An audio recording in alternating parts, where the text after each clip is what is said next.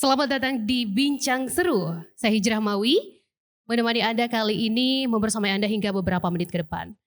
Dan saudara, transformasi menuju pemerintahan digital di Sulawesi Barat terus menjadi agenda yang penting demi menghadirkan layanan publik yang lebih cepat, transparan dan mudah diakses.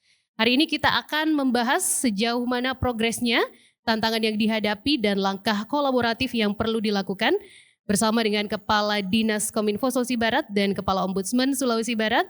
Kita akan mengupas tuntas arah dan masa depan digitalisasi layanan pemerintahan di Sulawesi Barat. Dan bersama saya kali ini sudah hadir di podcast Bincang Seru Kepala Dinas Kominfo Bapak Muhammad Ridwan Jafar. Selamat siang Bapak. Siang. Kabar baik? Alhamdulillah. Baik, alhamdulillah. Ada Kepala Ombudsman Sulawesi Barat juga, Bapak Fajar Sidik ST.Mkom.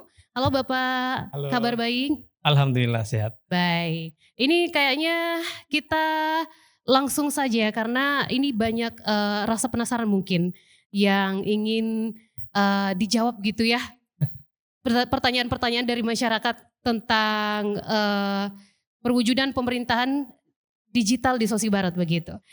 Baik, saya ke Bapak Muhammad Ridwan dulu deh. Ya.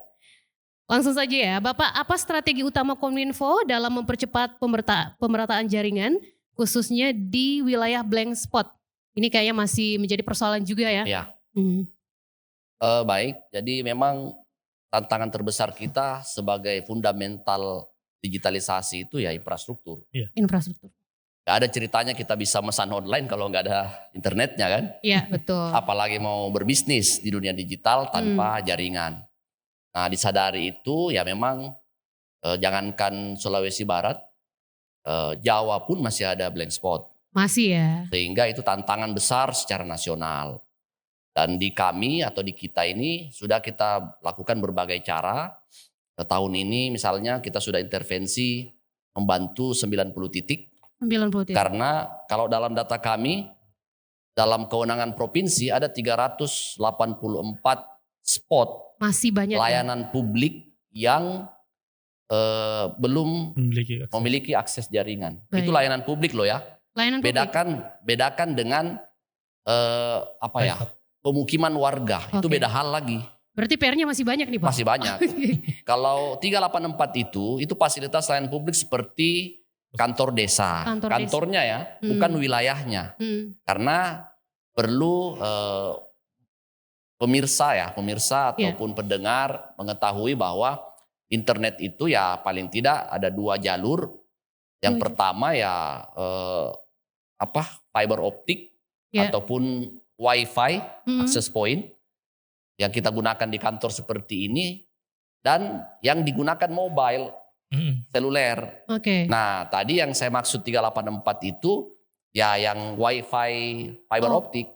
Baik. Sekolah, SMA, SMK, kemudian puskesmas. Nah itu kan layanan publik. Nah itu 384. Cuman perlahan-lahan kita sudah selesaikan 90 tahun ini. Kemudian ada bantuan dari Bakti 161 titik. Bakti itu badan pusat di Kementerian Komdigi yang memang membantu jaringan. Sudah kasih masuk di Sulbar, sementara memasang itu 161 titik. Jadi berkurang lagi. Masih ada sisanya. Tahun depan kemampuan anggaran yang kena efisiensi itu cuma mampu sepertinya sekitar 12 dari Pemprov. Tapi kita juga dengan lobi Pak Gubernur kepada Ibu Menteri berharap ada tambahan lagi untuk menyelesaikan 384. Ada kemungkinan belum kepada, kalau tidak salah data kami 170-an desa yang belum dapat 4G seluler. Untuk wilayah tadi. Kan tadi yang saya maksud pertama itu fasilitas layanan publik, kantor-kantor gitulah ya. Nah yang 170-an lebih itu adalah lemah sinyal dan blank spot secara seluler yang bisa dinikmati oleh warga secara luas, secara mobile. Nah itu beda lagi. Nah ini yang pertumbuhannya lambat untuk ditangani karena memang teknologinya tinggi. Harus operator seluler. Itu Pak Kepala Ombudsman. Butuh investor gak sih Pak? Ya itu dia. Jadi dan investor kan berhitung ekonomi. Betul. Kesulitannya wilayah-wilayah yang 170-an itu itu kebanyakan wilayah pedalaman di pinggiran, sudah daerah pinggiran Pak. Kalau kota kan sudah selesai nih. Baik. Nah, pinggiran inilah tantangannya karena tadi itu hitungan bisnis selalu digunakan oleh operator seluler meskipun plat merah. Baik. Tidak ada laba Tahun ini kalau saya mau gambarkan ya? hanya bertambah 3 tower. Oke. Nah, jadi memang itu tantangannya. Tidak bisa, jangankan APBD, APBN pun tidak membiayai itu Pak. Dia itu pasti menggunakan investor untuk masuk. Optimistis tahun depan anggaran bertambah begitu Pak untuk membangun kembali di blank spot yang masih belum. Enggak lah, karena kenyataan kita dikurangi kan. Cukup besar untuk transfer daerah. Itu rahasia umum udah kan. Iya. Sehingga terbatas yang kita bantu itu pun pada segmen tadi kantor-kantor sekolah itu. Nah, yang butuh sebenarnya yang paling teriak sekarang masyarakat itu yang kami tahu justru bukan di pusat layanan itu, justru di selulernya yang dia teriak. Iya betul. Dia mau di rumahnya nongkrong pegang HP, dapat jaringan 4G. Bisa. Nah 170-an tadi belum dapat, kalaupun 90-an yang betul-betul blank, selebihnya ada sinyal tapi hanya untuk nelpon komunikasi. Gak bisa check out Pak ya? Belum bisa buka media sosial. Iya. Itu bisa kelasnya dia 2G, 3G. Oke. Makanya saya bilang yang dibutuhkan itu 4G. Oke. Tapi sebenarnya yang dimaksud blank spot itu yang memang blank spot itu kalau kita harfiahnya ya, itu lebih kepada jaringan yang dipakai secara mobile. Iya. Oke, baik. Jadi selulernya yang tadi pertumbuhannya lambat itu karena perlu kita ketahui juga bahwa bisnis seluler itu ada beberapa pemainnya, tidak tunggal. Maksudnya begini, yang bangun tower itu beda perusahaan dengan yang memancarkan signal, yang memasang satelit. Baik. Ada kejadian kalau tidak salah di Maluku, kalau kami pernah Rakornas, ada dari Maluku itu nyebut di pembicara tingkat nasional, dia ngambil mic terus ngomong, bilangnya terima kasih Pak Menteri waktu itu, udah dibangunkan 8 tower, tapi DP sinyal tak ada. Itu artinya, baik. towernya terbangun, satelitnya nggak punya karena operator seluler yang ada tahu lah mereknya yang plat merah, yang swasta, itu tidak mau masuk kalau hitungan ekonominya tidak kembali. Beda investor. Makanya kalau kita ngusulin, kami tetap berupaya lewat pengusulan untuk pembangunan seluler, selalu diminta Pak, di warganya berapa di daerah itu dan apa mata pencahariannya. Betul. Akses masuk, listrik bagaimana. Hitungan ekonominya harus masuk ya. Itu Pak. Berarti harus terintegrasi juga ya. Ya terinteraksi, dan kalau mau jalan memang pusat agak maksa ke operator Pak kalau mau jalan. Karena kalau Pemda kita tidak bisa berkontrak dengan, bukan tidak bisa ya, bukan kewenangannya untuk berkontrak seluler dengan, karena pembangunan infrastruktur itu kewenangan pusat sebenarnya. Pusat ya? Pusat. Provinsi, kabupaten tidak ada kewenangan, kita hanya menerima. Makanya izin site, izin frekuensi di pusat. Itu di pusat. Termasuk izin pembangunan tower. Koordinasinya mungkin dengan selama ini mungkin salah satu hambatannya infrastruktur jalan begitu Pak ya? Ya, listrik juga. Iya. Saya ceritakan sedikit. Bantuan kami tahun ini ada yang sempat hampir tidak jadi dipasang. Gara-gara tidak listrik. Listriknya pakai turbin mini. Baik. Kita pasang, tidak ngangkat ke Starlink-nya, tidak mampu Pak. Ya. Iya. Susah juga. Itu juga. Kalau ada jaringan ya, tidak ada listrik. Itu dengan menggunakan satelit kecil. Nah, bayangkan kalau daerah seperti ini meminta seluler yang alatnya harus pakai tronton bawa ke situ. Berarti yang pertama-tama harus dibangun adalah infrastruktur jalan dan ekonomi setempat begitu? Pasti, makanya saya bilang ini saling berkaitan, dan memang yang terberat dan yang paling diminta request masyarakat itu seluler. Baik. Tapi ya masyarakat harus sadar ya Pak? Ya enggak juga, kita harus melayani memang. Iya, tapi harus sadar juga nih. Ya, cuman inilah antara pola bisnis dengan kebutuhan gitu. Betul.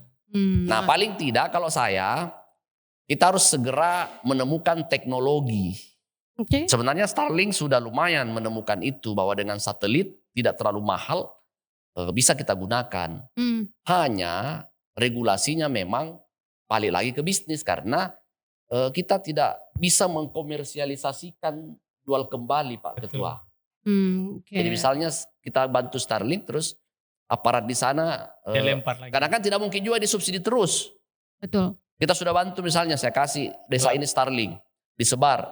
Habis itu warga ini akan make dengan bayaran Pemprov, mungkin stimulus hanya setahun. Tidak mungkin juga selamanya bayar, tidak bayar. Tapi Oke. tidak boleh berbayar kalau regulasi bisnisnya tidak dapat, Pak. Itu Iya. tantangannya. Tantangannya juga termasuk efisiensi anggaran begitu Pak. Ya itu kalau bicara kita yang bayarin. Iya betul. Tapi kalau dilimpahkan ke masyarakat beli pulsa, nah ada lagi benturannya regulasi karena bisnis seperti itu tidak boleh menjual kembali. Itu sama dengan hak cipta lagu. Anda boleh menyanyikan tapi tidak boleh mengkomersialisasikan di tempat-tempat yang menarik pembayaran. Oke, baik. Bagaimana Pak? Berarti sukarela harusnya ya, sukarela. Ya. Oke, baik. Nah, untuk implementasi integrasinya sendiri Pak, integrasi data melalui satu data Sosibaran, bagaimana ini untuk menghindari adanya tumpang tindih aplikasi? Ya, kalau ini PR berat juga. Ini hampir sama beratnya dengan infrastruktur. Kenapa saya bilang begitu? Tentu teman-teman atau pemirsa semua tahu betapa data di Indonesia ini, tidak usah kita bicara Sulbar, itu banyak diproduksi oleh instansi pemerintah pada hal yang sama dan berbeda isi. Oke. Iya kan? Kemiskinan misalnya, itu kan teman-teman BPS. tahu. Ada juga yang sudah bagus, ada juga yang masih berpisah-pisah karena indikatornya berbeda dan sebagainya. Nah kalau dengan PR berat itu, kalau saya ditanya konsep perbaikannya ya, saya membayangkan begini, kita selama ini habis energi untuk mengumpulkan data. Pemprov tanya ke Pemkab mana datanya segala macam. Padahal sumber data pembangunan itu menurut saya adalah di pintu terjauh terdepannya pemerintah. Siapa itu? Desa. Kalau dia petugas kesehatan mungkin itu kayak di Posyandu itu Pak. Puskesmas. Nah mendingan bagaimana kita membangun sistem data terintegrasi dengan membiayai enumerator Pak. Percuma kita bicara tata kelola kalau sumber ibaratnya kalau mau masak makanan bahan pokoknya ini tidak jelas. Kadang dikarang, kadang nembak, kadang demi target dibuat begitu saja gitu. Oke. Nah kalau saya, mari kita spend dana, kita bayar karena banyak yang di tempat lain yang saya dengar berhasil. Misalnya kita bicara stunting. Iya. Update data stunting itu paling bagus kalau enumerator di Posyandu itu dihidupi. Oke. Kasih honor bulanan, kasih handphone, kasih biaya pulsa, jalan itu Pak. Iya. Rutin, masuk terus data. Tentu dengan sistem aplikasi tidak perlu lagi tuh Pak Desa, Kepala Dinas Kesehatan turun dengan stafnya, kabupaten, provinsi, habis energi menurut saya. Berantai. Artinya Kita kalau bangun sistemnya, terus kita biayai ujungnya. Iya. Artinya kalau tidak diberikan biaya begitu pekerjaan nambah tapi kan jelas Bu, dibanding kita habiskan SPPD, minta data kemana-mana, tapi ternyata datanya sekedar angka tapi tidak real, tidak update. Nah, tapi kalau kita bayar di ujung, coba lacak, yang bagus stuntingnya menangani, itu rata-rata Posyandu ya? Dia biayai di ujungnya, enumeratornya itu, di Posyandu. Posyandu. Dan juga terlatih karena kadang juga dibiayai baru orang tidak tahu dipungut dari mana, dikasih dana, menguap juga karena dia tidak kuasai standarnya, menghitung timbangan dan sebagainya. Artinya perlu ada pelatihan dulu, kemudian penganggaran. Perlu ada kebijakan yang lengkap. Aplikasinya kita bangun, enumeratornya kita siapkan segala macam. Kemudian di sisi pemerintahnya, Pemda, kabupaten maupun provinsi misalnya kita olah bagaimana dia bisa berintegrasi dengan data spasial. Jadi misalnya kita pemetaannya karena kita pegang peta, data statistiknya bersumber dari enumerator lapangan. Dikawinkan oleh kita untuk menghasilkan informasi kebijakan. Oke. Berarti tantangannya selama ini seperti itu Pak ya? Menurut saya itu salah satu jalan untuk menyelesaikan carut marutnya persoalan data kita. Dan itu bukan kasus Sulbar, kasus Indonesia ini.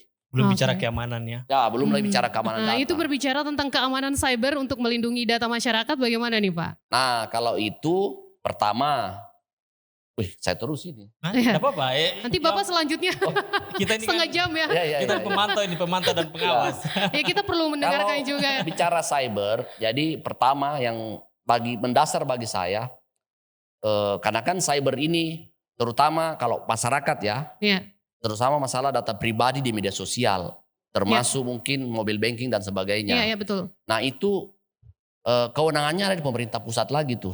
Oh, oke. Nah, misalnya pernah ada kasus ibu-ibu dari Mateng, dia berdagang di Facebook, tapi dia sudah mulai melihat ancaman ada yang mau mengganggu akunnya. Nah, melapor ke Polda sini. Polda bilang bukan kewenangan kami, ke Kominfo. Baik. Ke kantorlah beliau, tapi jawaban kami tidak bisa memblokir itu Facebook atau memblokir karena itu aplikasi lisensinya dari Kemenkomdigi. Ya. Baik. Nah, itu contoh ya. Iya. Betapa saya mau bilang kita tidak punya kewenangan langsung untuk melakukan intervensi blok. Tapi Bahkan, melalui Kominfo daerah? Ya paling kita melaporkan begitu saja, tapi ya kita lanjutnya kita belum tahu gitu.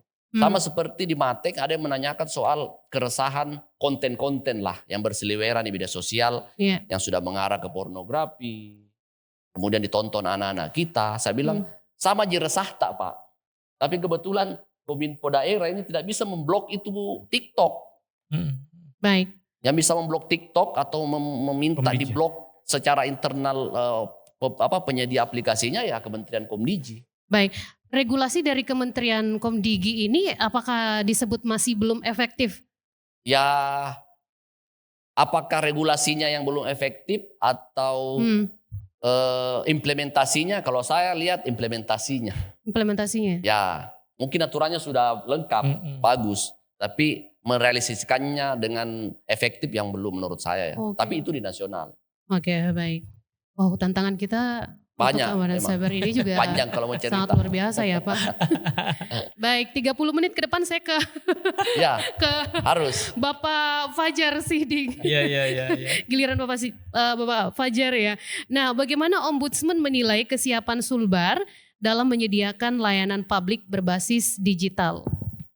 Baik, terima kasih atas waktunya. Luar biasa tadi penjelasannya dari Pak Kepala Dinas Kominfo Sulbar.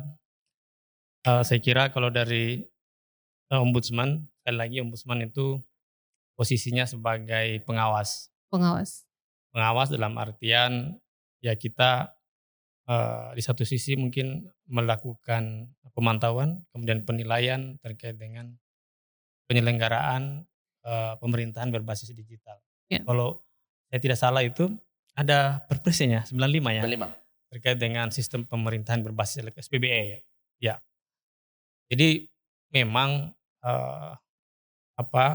di situ bahwa kenapa kemudian hari ini kita berpindah ke digital, sebenarnya tujuannya itu supaya pelayanan publik itu cepat, murah, transparan. Kan selama ini kan kalau ketemu kan biasanya ada kongkal-lingkong yang terjadi. Tapi kalau kita hindari ya. Melalui perangkat digital, melalui website, kemudian aplikasi, saya kira semua orang bisa mengetahui transparan ada situ berapa biayanya. Misalnya saya ambil contoh cek pajak kendaraan, itu kan ada aplikasinya yang disiapkan dan saya kira mau menunggak mau apa itu sudah ada semua hitungannya. Tidak ada lagi biaya yang keluar ketika misalnya kita tanya sama orang. Karena kalau tanya sama orang kan bilang ada itu uang administrasinya atau uang rokoknya. Uang bensin gitu. Jadi situ Ombudsman posisinya adalah mengawasi. Oke. Sejauh ini berdasarkan pernyataannya Pak Ridwan tadi, apakah memang Sulawesi Barat ini sudah siap untuk menyediakan layanan publik berbasis digital? Saya kira berkelanjutan ya. Ini kan tidak jalan. Iya, artinya kalau kita lihat perbandingan dari tahun-tahun sebelumnya, itu saya kira sudah mulai, ada signifikansi yang kemudian bisa kita lihat.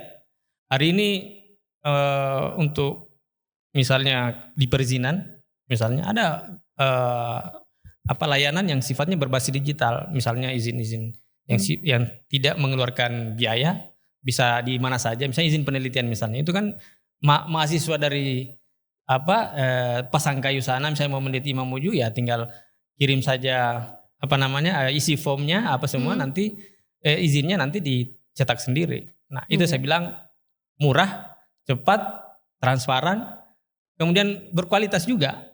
Dalam artian kalau misalnya kita hanya bermohon izin tanpa perlu biaya yang lebih untuk kemudian mendapatkan itu tersebut, saya kira itulah ruh dari pelayanan. Jadi mudah, kemudian murah tadi. Mudah dan murah ya. Artinya kesiapan ini berkelanjutan begitu? Berkelanjutan saya lihat. Jadi mungkin dulu kalau saya dulu 2014 pernah tugas di sini untuk bayar pajak motor atau kendaraan itu kita harus ke Samsat. Sekarang tidak perlu.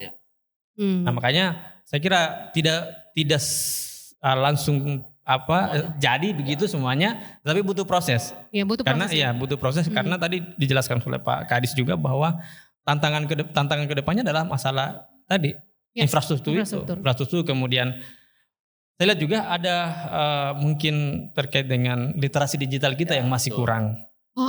Dan ini saya kira kalau kita baca data dari Komdigi juga bahwa tingkat literasi untuk masyarakat di Sulbar itu masih di bawah rata-rata nasional. Masih di bawah. Iya.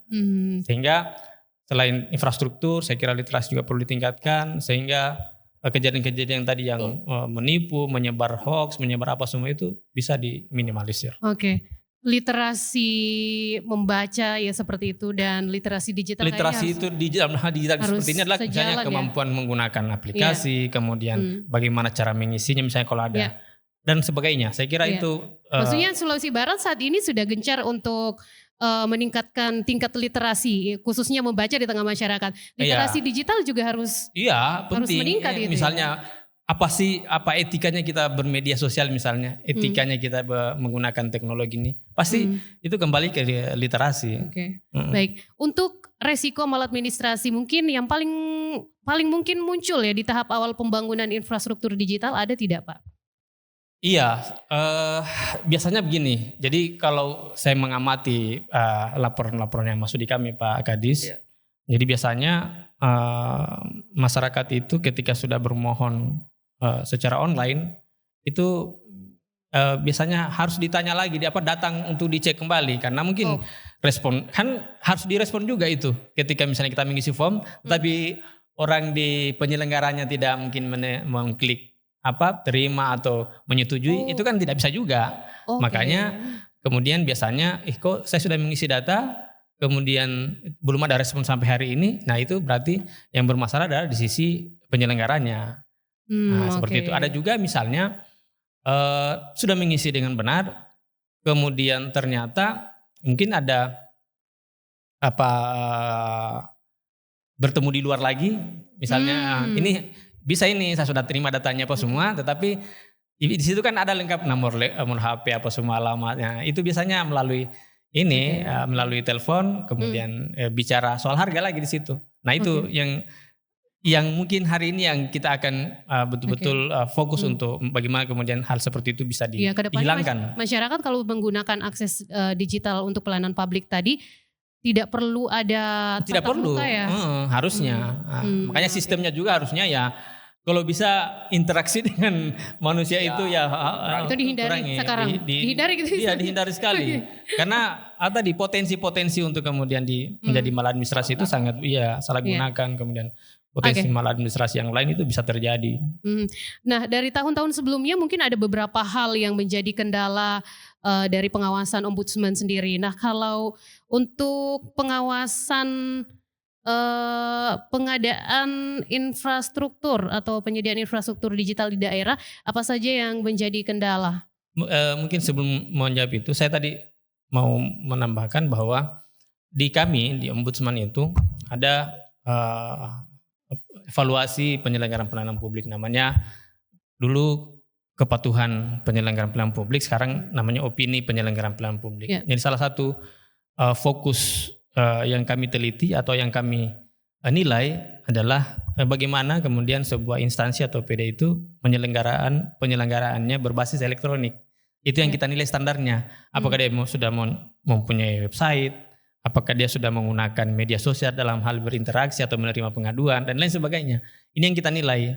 Nah, terkait dengan apa tadi pertanyaannya, pengawasan kami di bidang infrastruktur. Sejauh ini kami belum ke sana untuk mengawasi, karena untuk keluhan-keluhan di bidang penyediaan infrastruktur sampai hari ini kita belum terima. Tapi tadi luar biasa itu informasinya bahwa ada 384 dan sudah ada 90 titik dan 161. Itu saya kira sebuah kesuksesan, kita harus apresiasi itu. Dan tahun depan insya Allah 12 ya. 12 ya. Plus kita minta lagi paling tidak 100-an lagi. Iya. 100 lagi. Nah, mudah-mudahan begini. Jadi dari si ombudsman itu biasanya kalau ada informasi atau keluhan terkait dengan kok ini jaringannya kami ada sudah dibantu, tetapi misalnya tadi sampaikan bahwa kami disuruh bayar misalnya. Nah, ini perlu kita saya kira duduk bersama untuk bagaimana memikirkan ini, karena tidak mungkin juga ketika misalnya pemerintah daerah senantiasa membiayai itu terus menerus. Daerah kan punya program-program lainnya ya, kemudian keuangannya terbatas. Untuk membiayai program-program lain itu ya butuh tadi anggaran, sehingga mungkin ke depannya Pak Kadis bisa mengundang partisipasi masyarakat seperti apa, kemudian kesepakatan seperti apa, agar gini alat atau infrastruktur yang sudah disediakan itu tidak sia-sia begitu. Jadi 90, tetapi berapa yang beroperasi? Berapa yang kemudian menjadi saya kira atau mungkin masyarakat diminta untuk berperan aktif menyampaikan keluhan-keluhan. Karena kan tidak mungkin kita saja tidak tahu ini 90 titik itu di mana, belum tahu. Sehingga memang dalam proses pengawasan penyelenggaraan pelayanan publik itu partisipasi masyarakat itu kami sangat butuhkan. Karena feedback dari masyarakat lah kemudian kami bisa bergerak gitu ya. Baik. Bapak, untuk rekomendasi prioritas Ombudsman agar pembangunan infrastruktur digital berjalan lebih tepat sasaran dan tidak menimbulkan masalah pelayanan seperti apa? Iya, saya kira ke depannya dalam hal ini Dinas Kominfo Sulawesi Barat senantiasa tadi menjamin kerjasama, kemudian bantuan lobby-lobby di pusat terkait dengan karena kan kalau misalnya 384 itu dibebankan sama Pemda, gempor juga biayanya itu. Karena teknologi itu tidak. Iya. Makanya ya saya kira upaya-upaya kemudian kerjasama dengan pihak-pihak stakeholder terkait, mungkin swasta dan melalui anggaran sosialnya itu bisa dipergunakan untuk kebutuhan infrastruktur itu. Kemudian misalnya dari Komdigi akan bakti dalam hal ini akan menambah lagi terkait dengan kekurangan itu. Termasuk tadi yang paling dikeluhkan masyarakat, seluler itu. Saya mau cerita sedikit. Jadi saya ini dari Mamuju misalnya jalan via kendaraan ke Pasangkayu. Itu berapa? Iya, via darat ya. Itu berapa kali hilang jaringannya. Katanya kejar-kejaran katanya Pak. Padahal itu kalau misalnya kita lihat ini jalannya sudah bagus. Oh ya betul. Infrastruktur jalannya di ini, tapi ada spot-spot tertentu yang kemudian kosong dan ini saya kira sangat mengganggu. Ketika misalnya lewat itu dari pemukiman yang kosong itu. Iya, itu tadi. Rata-rata begitu Pak ya, dari pemukiman yang kosong. Itu tadi saya bilang, permintaannya kan secara ekonomi dilayani. Jadi hitung-hitungan bisnisnya tidak masuk gitu. Misalnya gini, saya sebagai investor mau pasang tadi sebagai operator seluler mau pasang alat di sini. Itu terbuang percuma, paling yang lewat-lewat saja kan. Kalau yang lewat-lewat saja oke, terbantu. Tidak ada laba yang terhitung ya. Itu dia. Betul. Baik, saya ke Pak Ridwan kembali nih Pak. Untuk Kominfo sendiri memastikan bahwa setiap layanan digital ini mudah untuk digunakan semua kelompok masyarakat.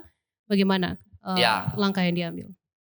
Tentunya pemerintah maunya seperti itu ya, bahwa semua masyarakat terlayani dengan kebutuhannya. Karena ingat, kebutuhan masyarakat juga berubah. Iya, berubah ya. Dulu telekomunikasi itu hanya betul-betul untuk kebutuhan berkomunikasi. Buat nelpon aja gitu. Hari ini entertainment. Kebutuhan primer sekarang. Dan entertainment Pak. Untuk gagah-gagahan, untuk orang nggak mau kalau sekedar bisa WA. Dia harus bisa buka TikTok. Dia harus bisa live. Dia harus bisa macam-macam. Jadi kebutuhan juga meningkat. Sehingga internet kecil dia tidak suka Dia butuh dia butuh yang kapasitas besar. Nah itu satu. Yang kedua, yang kami tahu masyarakat itu mau membayar Pak. tapi tidak mahal. Mau dibayar tapi Saya juga tidak mau mahal. gitu dong Pak. Ya. Semua orang kayak mau gitu. Kalau gratis Maksud alhamdulillah. saya tidak mau dari standarnya dia lah. Kira-kira kalau mau membahasakannya. Dia tetap mau keluar duit untuk beli pulsa, beli kuota data tapi tidak terlalu tinggi. Nah persoalannya tadi saya bilang ketika ada teknologi yang bisa menyediakan untuk daerah yang terpinggirkan ini, ada Starlink. Tapi kalau kita berlisensi komersil menjual ulang, jatuhnya naik itu harga. Iya. Ngerti ya? Tahu apa maksud saya kan? Mungkin contohnya di Balak-Balakang Pak, saya pernah di sana. Pulsa yang untuk 1 hari 20.000 gitu. Iya, nah itu masih mau warga bayar kan? Iya masih. Tapi kalau kita mau tembakan yang kapasitas tinggi dan mencakup banyak orang tanpa bangun seluler, ada teknologi tersedia namanya Starlink. Iya. Tapi kalau Starlink dijual kembali, lebih mahal dari hitungan kami tidak 20.000 lagi tuh. 50 1 hari. Pasti. Wow. Tapi terlayani kebutuhan tak. Iya. Itu masalahnya. Nah teknologi Starlink ini juga tidak banyak. Baru Starlink. Rencananya ke depan Huawei mau masuk. Amazon mau masuk. Kita tunggu supaya persaingan itu bisa membawa harga turun. Biasanya begitu. Semakin banyak operator masuk, maka persaingan harga dan harga jadi pasti yang turun. masalah tuh kan satelit seperti ini bagus teknologinya, kencang 500 Mbps kok. Iya. Satu alat itu. Tapi bayarnya mahal ya. Anda bisa bawa rekreasi ke camping ke Marano, pasang, dapat enak. Tetapi tidak bisa dikomersilkan. Bukan tidak bisa. Tidak bisa tanpa perjanjian menjual kembali, tapi resikonya ketika dijual kembali tidak akan 20.000. Iya, kita aja 50.000 1 bulan masih mahal ya rasanya ya. Pak. Itu balik maksud saya masyarakat sudah melewati standarnya untuk membayar. Wah baik. Sehingga kita harus cari, belum ditemukan jalan tengahnya nih. Iya. Lagi-lagi Pak Ketua Ombudsman tahu hitungan yang saya maksud gitu. Lagi-lagi kesulitannya Jadi itu sebenarnya adalah kalau ini ada jalan tengahnya, tanpa bantuan pemerintah bisa kok. Siapa misalnya Pak Ketua, kampungnya misalnya di Bonehau Ujung misalnya. Ya sudah, Bapak yang usahakan, Bapak bisa jual dengan hitungan ke Starlink, kemudian dikomersilkan. Jadi selesai itu yang 384. Tidak perlu nunggu seluler. Karena intinya dapat internet kan, yang kencang. Nah ini melanjutkan ke pertanyaan berikutnya, masih menyangkut pernyataan tadi Pak. Tingkat kepuasan masyarakat, kok misalkan kayak di Balak-Balakang itu bayar 20.000 1 hari, kira-kira mereka tentu, merasa puas gak sih? Ya, kepuas itu kan selera ya. Selera ya. Nah, balik lagi, kalau yang menggunakan seleranya mau live TikTok dan streaming bagus, tentu tidak puas. Nah, meskipun dia sanggup bayar gitu. Tapi pemerintah sendiri mengukurnya seperti apa kepuasan masyarakat? Ya kalau kita kan standarnya kami dan Kementerian Komdiji intinya bisa berkomunikasi. Dasarnya itu. Tersambung secara komunikasi. Paling tidak kalau ada bencana kayak Sumatera masih bisa dihubungi tuh keluarga kan gitu. Nah tapi standar kita, standar pemerintah, standar dasar. Standar masyarakat mulai TikTok. Beda lagi ya. Iya kan? Iya betul. Mau streaming apa, mau jualan, mau apa. Oke. Selanjutnya Pak, langkah Kominfo dalam menyiapkan talenta digital ASN agar lebih adaptif dengan teknologi. Kalau digital ASN kita jalan terus. Apalagi Kementerian Komdiji, mungkin ini juga sekalian sosialisasi, itu membuka namanya Digital Talent Scholarship. Bisa dibuka websitenya, cari aja Digital Talent. Kelasnya tuh banyak. Ada untuk ASN, kami barusan ambil kelas untuk pejabat eselon 2, DLA kemarin yang kita diskusikan. Digital Leadership, Digital Leadership Academy. 50 orang eselon 2 sesulbar ikut. Nah, itu literasi digital dan kompetensi digital untuk eselon pengambil keputusan. Untuk staf, kami ikutkan GTA, Government Academy, atau Government Training Academy. Teman-teman yang postgraduate mau ada kelasnya tuh, gratis. Silahkan akses. Ini kan persoalan Anda mengakses aja atau tidak nih. Terbuka. Kalau saya akses bisa nih boleh. Pak? Buka websitenya Digital Talent Komdiji, keluar itu. Kelasnya banyak. Semua bisa ikut? Semua bisa ikut. Yang penting batch-nya belum penuh. Kan dia online Ji. Iya. Gitu. Tinggal kemauan aja nih sebenarnya. Nah, itu menjadi di sisi kami saya tambahkan dulu, kalau di sisi kami terus tentu secara manual atau offline juga ada di teman-teman BPSDM. Terus kalau di Sulbar sendiri alhamdulillah kita sudah punya pemetaannya. Jadi 12.000 personil Pemprov termasuk PTT itu kami sudah tahu kompetensi digitalnya, sudah ada rekamannya sama saya. Sudah terukur ya. Jadi karena kemarin kita lakukan assessment Pak. Iya. Pertama kali Pemprov di Indonesia lakukan assessment itu Sulbar. 12.000 orang. Wow. Jadi kita sudah tahu si A sekian kemampuannya, dia lemah di keamanan digitalnya, dia lemah di manajemennya. Berarti sudah terpetakan ya? Sudah terpetakan. Jadi kami dengan dasar itu meminta rekomendasi untuk diberikan pelatihan kelasnya dari Kementerian Kominfo sesuai kebutuhan. Gitu. Masyarakat umum ini juga bisa? Nah kalau masyarakat umum bisa, yang tadi saya bilang. UMKM bisa, postgraduate bisa, sarjana bisa, ada. Ya. Itu coba kalau kita sekarang. Masuk di pelatihan itu Digital tergantung talent. Dari kebutuhan kita ya juga ya. Iya, jadi dia buka kelasnya banyak dan tidak perlu biaya karena dia online. Iya. Ada sertifikatnya yang lagi. Penting kurang apa coba? Kuotanya masih ada ya. Kan dia buka terus di kelas Pak. Ada batch-nya, kalau penuh Anda pindah ke batch berikutnya. Nah ini tinggal kemauan karena susahnya juga kita ini ada meter sedia, tidak ada yang pakai. Tidak ada kemauannya. Selalu menuntut pemerintah. Ya inilah pemerintah gitu ya. Fasilitasnya sudah tersedia. Anda pakai atau enggak, fasilitasnya sudah tersedia dan tidak perlu susah-susah online dan ya ikuti dengan serius. Kadang juga terdaftar, tidak ikut dengan serius. Mungkin bisa sambil rebahan Pak. Boleh, itu silahkan saja. Kebutuhannya silahkan diikuti gitu. Yang penting ada niat ya untuk ada niat karena terbuka. Oke, baik. Iya. Nah kendala yang mungkin paling sulit dihadapi Kominfo dalam mengubah pola kerja manual ke digital tadi. Kalau kendala di situ menurut saya tidak terlalu berat karena semua sekarang sudah pandai, ya kan? Meskipun ada juga pimpinan yang belum buka bisa aplikasi Serikan di persuratannya masih ada operator yang pegang kaki itu tidak masalah lah, kita maklumi itu. Tapi Bapak enggak kan ya? Alhamdulillah tidak. Kalaupun iya paling mempercepat ya. Karena kita kan waktu itu generasi kolonial sibuk. Nah kalau saya bukan di situnya yang berat. Kalau saya di Kominfo yang berat, bahasa beliau tadi, mengintegrasikan seluruh sistem. Iya. Baik. Karena kita terlanjur jalan silo. Betul. Aplikasi di dinas ini jalan, aplikasi dinas ini jalan. Itu akhirnya misalnya kalau ada urusan yang bersambung, 2 kali operator menginput kasihan. Betul. Dashboard di pimpinan tidak tersaji secara integratif. Iya. Makanya menurut saya ini yang paling berat. Tadi barusan saya ikuti nasional piloting digitalisasi penanganan bansos. Sudah sukses di Banyuwangi. Silahkan buka beritanya. Iya. Nah itu betul-betul menjamin tepat sasaran Pak Ketua. Karena semua by name by address ya. Lagi-lagi dasarnya selesaikan infrastruktur digital. Karena tidak bisa didata itu di kampung-kampung. Kalau tidak ada internet di situ. Baik, lagi-lagi di situ. Digital itu tadi ya. Tahun depan saya tambahkan informasinya. Perluasan piloting bansos berbasis digital itu yang tepat sasaran itu akan dapat Sulbar di Polman Pak. Tahun depan pilotingnya. Kita lihat nanti. Baik, saya ke Pak Fajar kembali nih. Iya. Pak Fajar, untuk menilai aksesibilitas layanan digital bagi kelompok rentan seperti disabilitas dan lansia, apakah sudah terpenuhi seperti apa? Kalau saya melihat sejauh ini untuk fasilitas, jangankan bicara digital sebenarnya, bicara yang manual saja itu memang ya kita maklumi mungkin Sulbar belum konsen di situ ya. Belum ya. Termasuk kami juga di Ombudsman juga paling yang kita bisa sediakan adalah terkait dengan sarana prasarana. Tetapi kalau untuk yang digital sejauh ini baru yang yang tidak bisa melihat, yang bisa hanya audio saja.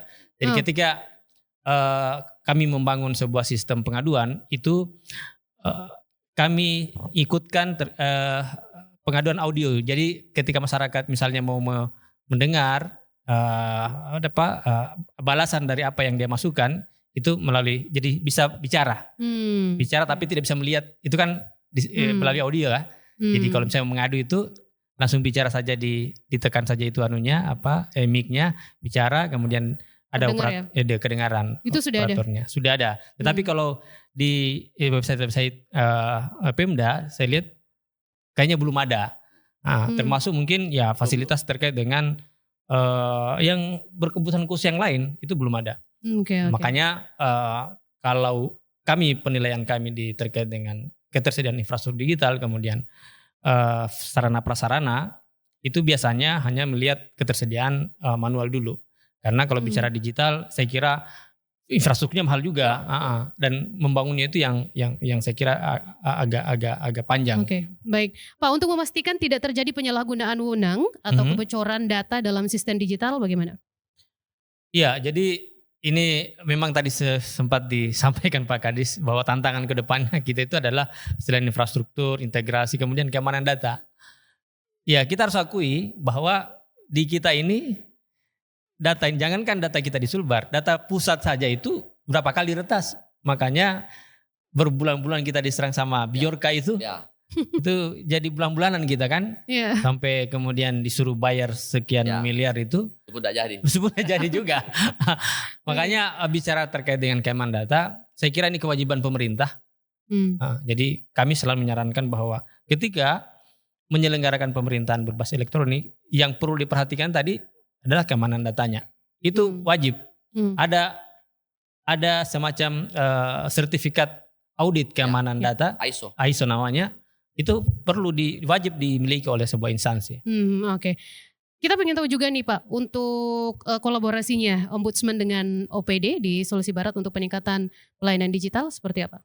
Ya, jadi sejauh ini saya melihat juga bahwa kita ini di Sulbar, kalau terkait dengan pengolahan pengaduan itu sekarang kan ada namanya aplikasi Span Lapor. Itu memang semua Pemda diwajibkan untuk menggunakan aplikasi itu terintegrasi. Jadi kalau misalnya ada Pemda yang kemudian sudah terlanjur membuat kanal-kanal pengaduan yang digital, maka diwajibkan untuk diintegrasikan di situ. Kalau kami di Ombudsman memang terintegrasi di situ, sudah di Span Lapor. Nah, jadi kita bisa tahu ini Pemda mana yang belum menindaklanjuti pengaduan masyarakat terkait dengan pelayanan publik. Itu ada sistem.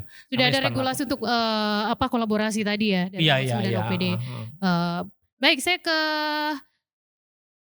Bapak Ridwan kembali. Ini kita sudah di akhir acara kita nih Pak.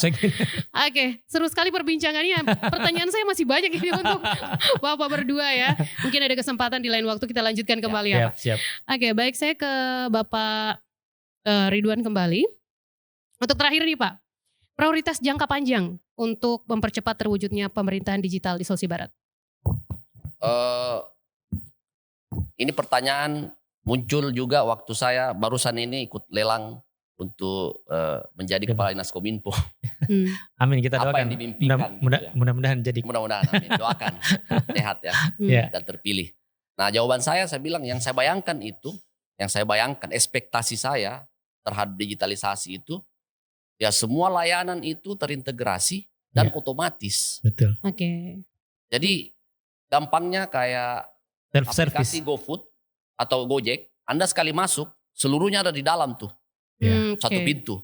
Mau makan, mau diantar, mau kirim kurir, mau pijat sekalipun bahkan ada di situ. Mau pindah kantor. Mau laundryan Pak. Mau laundryan, mau apa, mau tukar uang, mau cash, apa macam-macam. Mimpi saya itu. Kalau saya. Jadi tapi memang menuju ke sana itu tidak mudah. Optimis gak sih? Gojek itu punya 6.000 programmer Pak. Itu mengintegrasikan itu. Nah, tantangan kita memang berat, infrastruktur. Kemudian, satu lagi SDM. hal mungkin SDM tentu. Saya mau cerita sedikit informasi yang saya dapat waktu kuliah dengan dosen dari China waktu DLA itu. Kan kita kerjasamanya dengan Tsinghua University. China. Nah, meskipun tidak apple to apple sih memang, tapi kendala kita terbesar juga kan pembiayaan ini. Kita mau maju, tapi ya tadi disebut beliau, bagaimana mau melayani difabel kalau manual saja kita tidak bisa penuhi karena tidak ada uang gitu ya.